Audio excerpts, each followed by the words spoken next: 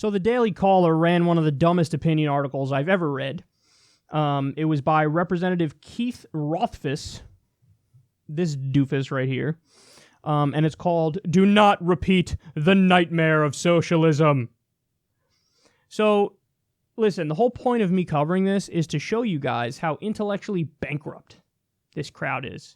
Because it's happened a majority of the time I've seen discussion on this issue. You have people on the far right straw-manning people on the left. And they're either doing it on purpose or not, but I don't really care, because either way it's factually wrong, and it comes across as incredibly moronic. Why can't you just argue with what we're actually saying? They can't do it. And they go to the most hyperbolic straw mans imaginable. And it's really sad. And I have a hard time believing that anybody can read this and go, yeah, this guy's nailing it. He knows exactly what he's talking about, and he's totally not straw manning his opponent. So let's go through it, and then I'll break it down. He says, Berlin was split in two, making the contrasts within the artificially divided city incredibly stark. There was the free West Berlin, and there was the socialist East Berlin. A wall separated the two to prevent people in the socialist East from escaping the free West. People in the East risked death to escape from its unnatural, godless shackles and the ever-present Stasi, the secret police that spied on people. Don't get me wrong, people in East Germany were equally without opportunity and equally without freedom. That is, unless you were part of the governing class. The people were promised universal health care and a free education in a socialist utopia. Instead, they got primitive health care, a so-called education that prepared them for the drudgery of an existence without prosperity, and a polluted environment to boot. That's ironic. The leaders of the so-called workers' paradise in the socialist East, however, had it pretty good. Special schools with passes to visit the West, especially special hospitals for their privileged class, and even special summer resorts. For socialism to work, it must kill freedom by creating two types of people: those who rule and those who are nothing but cogs in the socialist machine. America's leading socialist, Bernie Sanders, is visiting Pittsburgh Sunday as this scourge of an ideology is taking root locally. Two so-called democratic socialists have won Democratic state legislative primaries right here in Pittsburgh. Barring something unforeseen, they will be seated as duly sworn Pennsylvania state representatives this December. A socialist society, controlled, people must be reminded of what this truly means. With the foregoing premise, theoretically you only get to do with your property, choose a career, or get the health care or higher education you want if a bare majority of the people say you do. What else could democratically and socially controlling the means of production mean? It's a recipe for societal paralysis, and that is exactly what you get in a socialist society. This ideology is at complete odds with our Declaration of Independence, which speaks of people being endowed with God-given, inalienable rights of life, liberty, and the pursuit of happiness. And it is wholly inconsistent with our constitutional rights of not being deprived of life, liberty, and property without due process of law. We are seeking this ideology accompanied with shocking, in-your-face tactics the new hard left is using to advance its agenda. From shouting down opponents to screaming vulgarities to Congresswoman Maxine Waters' call to harass public officials. The American people must be reminded that socialism is not a dream. It is a nightmare that is responsible for the deaths of tens of millions of people in the 20th century. Google it! It is a dead-end ideology that countless Americans gave their lives to eradicate from the globe. Google that one too. Venezuela and North Korea, ding ding ding, here we go, where people are literally starving, are the modern realities of socialism. Is that what we want America to look like? Of course not, and I will fight with every fiber of my being in Congress to make sure we do not head down that path. Oh, glorious. You knew it was coming at some point. He waited till the end to drop it on you. He tried to lube it up, and then he was like, all right, here we go. Let's drop it on him. Venezuela! Venezuela! So, all right, let's discuss this. First of all, throwing North Korea in there is just so asinine and gratuitous, and I think he knows that that's asinine and gratuitous, but he can't help himself. What do you do when you really want to take somebody down, but you have nothing to say? Just go to the most hyperbolic bullshit you can imagine and throw it out there. North Korea! Socialism, North Korea! Oh, god damn it, man. Come on.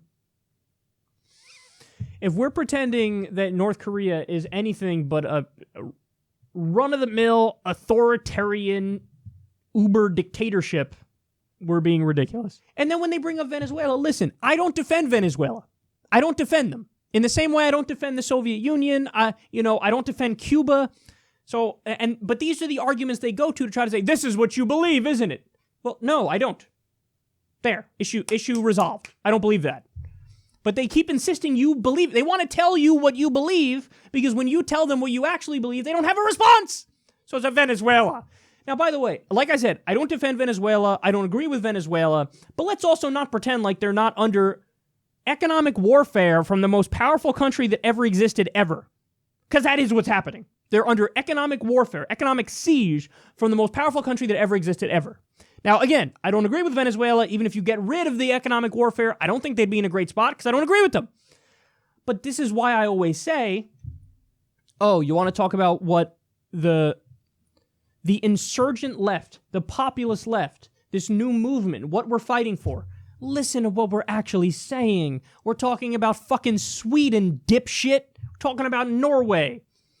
You can have a system that does have free healthcare and free college and also is not an authoritarian, tyrannical menace. But he brings up free healthcare and free college and then immediately acts like, Soviet Union. See? No, not see. The operative issue there that was the downfall, that was the bad thing, was the authoritarianism. You could have a totally libertarian leftist society where on social issues it's live and let live, you do whatever the fuck you want. But then on economic issues, you're left of center. You're a social democrat. Some things are nationalized. Some things are funded by the public. The commons, as they're called. That doesn't mean everything is. That doesn't mean that the government's going to make your cars or your video games. But that does mean you do have free healthcare and free education. And that's not crazy. In the U.S., we have free high school, for example, free middle school, free elementary school. Free just means funded by your tax dollars, and you get to prioritize where your tax dollars go. So we pay money to the government. Right now, that money goes towards endless war, nonstop, corporate welfare, bailouts for Wall Street. It's a matter of, hey, let's not send it to that dumb shit, and let's send it to shit that matters. Let's rebuild our infrastructure and take it from a D+ to an A. Let's make sure we have clean water. Yes, let's have police, let's have fire department, but let's also have Medicare for all. Let's also wipe the debt slate clean for college education and do free college. So these aren't they act like, well, obviously, if you want to make sure people don't go bankrupt from medical bills and you want to make sure tens of thousands of people don't die from healthcare in the U.S. because they don't have access to basic healthcare, well, obviously then you're in favor of Venezuela and North Korea. Come on, son. Just engage honestly. They're not engaging honestly.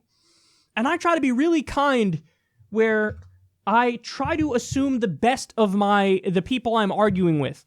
So, okay, what are you really saying? And then let me see if I really disagree with it. But these guys, they're just perfectly comfortable saying, no, I know what the left, the insurgent left today believes in, and it's North Korea and Venezuela. And let's equate authoritarian dictatorships with social democracies. And by the way, that's the point. Just because Bernie Sanders and Alexandria Ocasio-Cortez, and this gets back to what we were talking about before, just because you say you're something, North Korea says they're a democratic people's republic. They're not actually that. Bernie Sanders and Alexandria Ocasio-Cortez, they say they're democratic socialists. Really, they're believers in social democracy. So why not engage with what they actually tell you they believe on the issues? You don't do that. You don't do that because you can't do that. And then finally, I have to point this out. I like how he spoke about environmental damage in there. The Republican Party is obliterating the EPA. They went from Scott Pruitt, who's like a comic book villain and a textbook example of uber corruption. They went from Scott Pruitt to now a coal lobbyist as the head of the EPA. They just got rid of the coal ash regulations the other day. So they're obliterating the EPA. They don't believe in environmental regulations. The whole point is to handcuff the EPA to make it so they don't exist. That's what your party is doing. And you have the nerve to bring up environmental issues under socialist societies? And then this part is rich. For socialism to work, it must kill freedom by creating two types of people. Okay, hold on. Now you're concerned about freedom. Are you in favor of the drug war? Are you in favor of the drug war? You know what kills freedom? The drug war kills freedom. Locking people up because they're smoking a benign substance or selling a benign substance. What's your voting record on the drug war, buddy? This guy's a far-right politician. Might want to check that out. So, for socialism to work, it must kill freedom by creating two types of people. Those who rule and those who are nothing but cogs in the socialist machine. Whoa.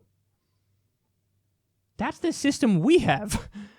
They're cogs in a corporatist machine, people are. I mean, there are the rulers and there are the ruled. There are the haves and the have-nots. There's the 99%, there's the 1%.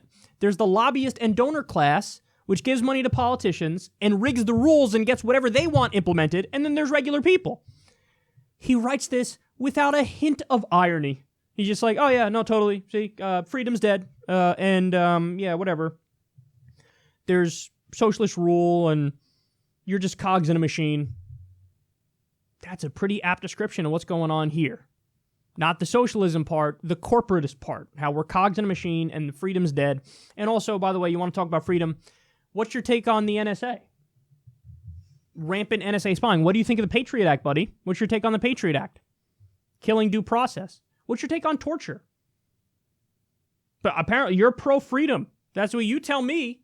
So, I mean, you should be against torture. You should be against the drug war. You should be against the NSA doing warrantless spying on everybody. My guess is you're not. And this is all they have.